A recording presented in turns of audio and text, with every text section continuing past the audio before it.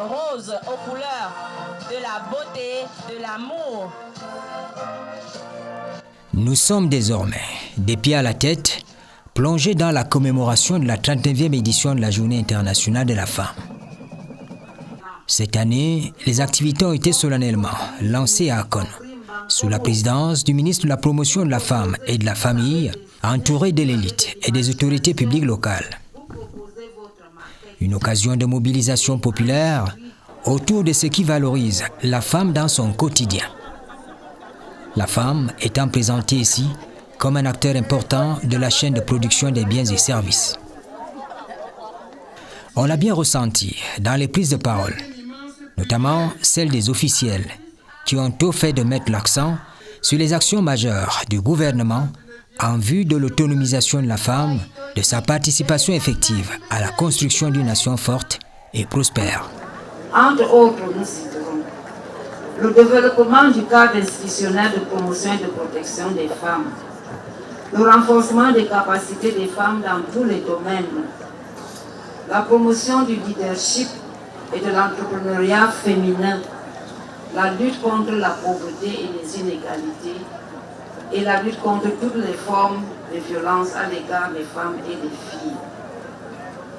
Accélérer le rythme exige des stratégies socio-économiques encore plus fortes de la part du gouvernement et de toutes les autres parties prenantes. La mise en œuvre urgente des synergies et approches concertées permettant d'impulser une nouvelle dynamique de progrès en matière d'égalité des sexes.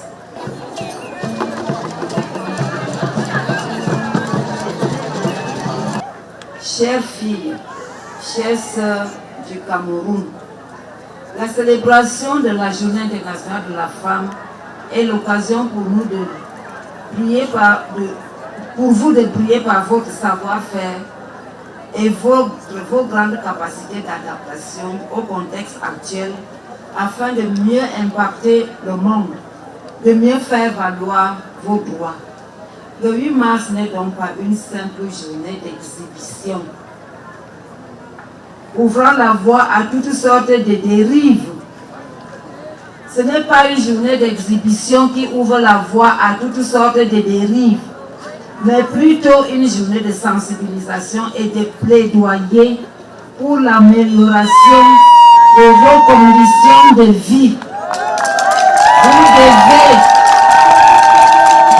Vous devez par conséquent adopter des comportements responsables.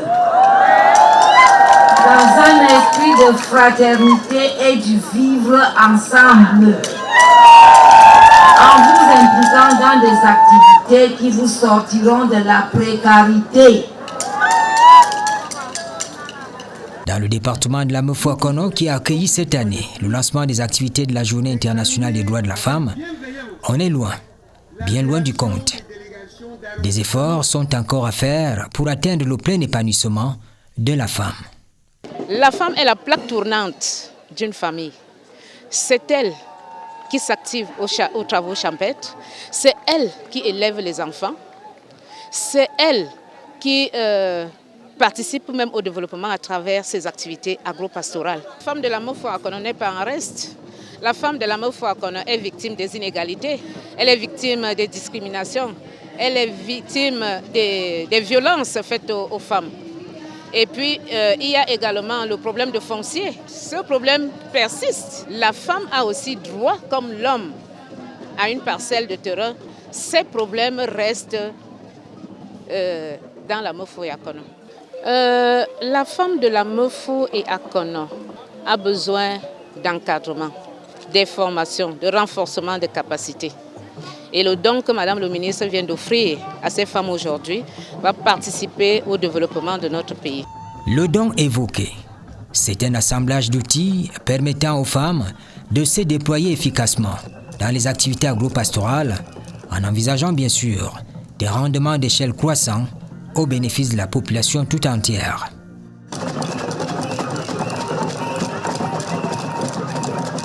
Dans la démarche d'ensemble qui est engagée, l'on a mis au programme une matinée consacrée à la marche sportive dans les rues de Yaoundé.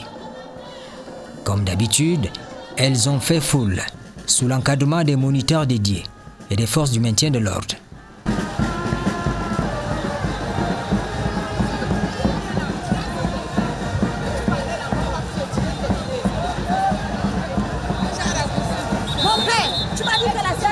Ça fait longtemps que je n'ai pas fait de sport, mais là, je ressens vraiment mon corps revivre à nouveau. C'est exceptionnel parce qu'à travers cet événement, nous avons pu rassembler un certain nombre de femmes. Et à travers cela, on voit la solidarité et l'entraide entre les femmes des différentes structures et des entreprises.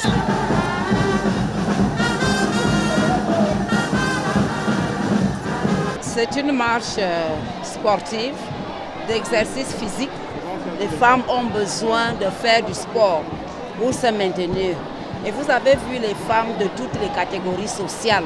Donc c'est la communion. Nous devons regarder vers la même direction, avoir les mêmes objectifs, de manière à répondre aux attentes du chef de l'État. Et nous devons nous impliquer. Vous avez vu qu'elles sont venues en nombre pour communier avec leurs sœurs de toutes les catégories. Donc c'est cette union, cette façon de se regrouper ensemble qui est demandée aux femmes de se retrouver, de se regrouper pour pouvoir constituer une force.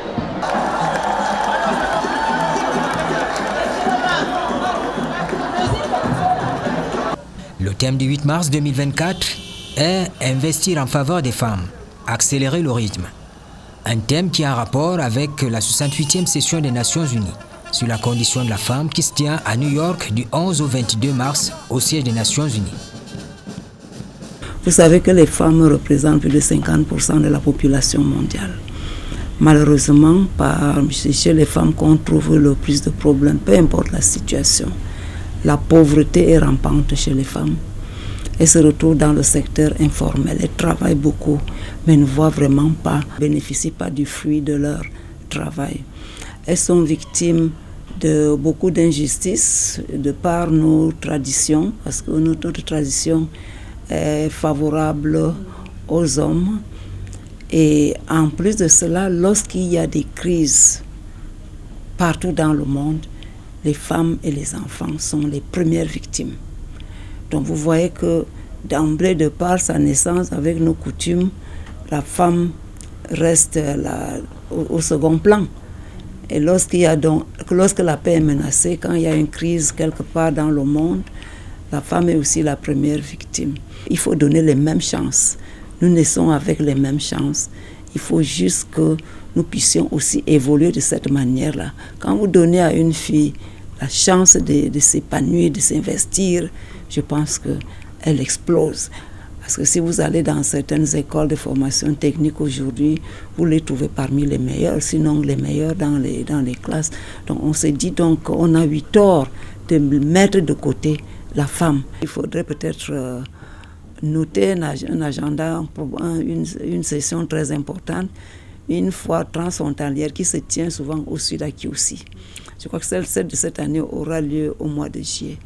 Et les femmes sont capables de faire beaucoup de choses. Dans la transformation, il y a peut-être 1 ou 2 mois, nous avons assisté à l'inauguration d'une usine de transformation de manioc, Angolé-Macon exactement. Alors si vous voyez, si nous transformons déjà le manioc en farine, cette farine peut être utilisée pour faire du pain. Donc je pense que les femmes peuvent faire beaucoup de choses. Il faut juste les soutenir.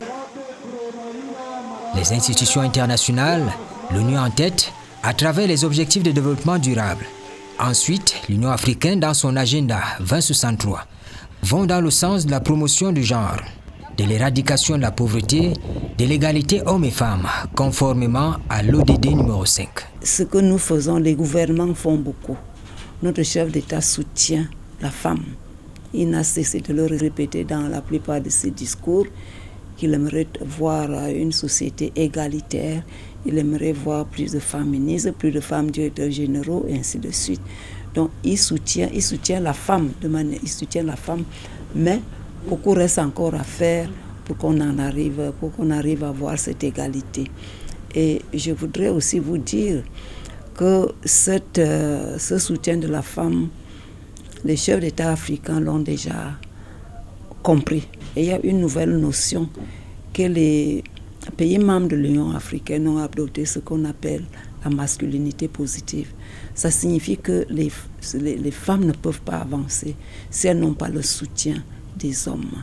Et donc quand les chefs de l'État comprennent déjà cette nécessité d'impliquer la femme dans le développement, je pense que c'est un pas, un très grand pas en avant, et cela va nous permettre d'éradiquer cette injustice, parce que c'est en fait une injustice, cette inégalité, et donc promouvoir le leadership féminin, éliminer toute forme de discrimination à l'égard des femmes, et que les femmes puissent aussi émerger, c'est-à-dire arriver au plus haut sommet. Nous en avons déjà qui y arrivent, mais nous en voulons encore voir plus.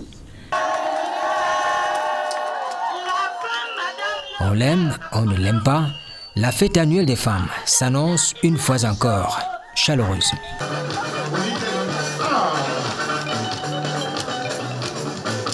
On appelle ça un camp. Quand vous arrivez chez les petits, c'est ça qu'on vous offre.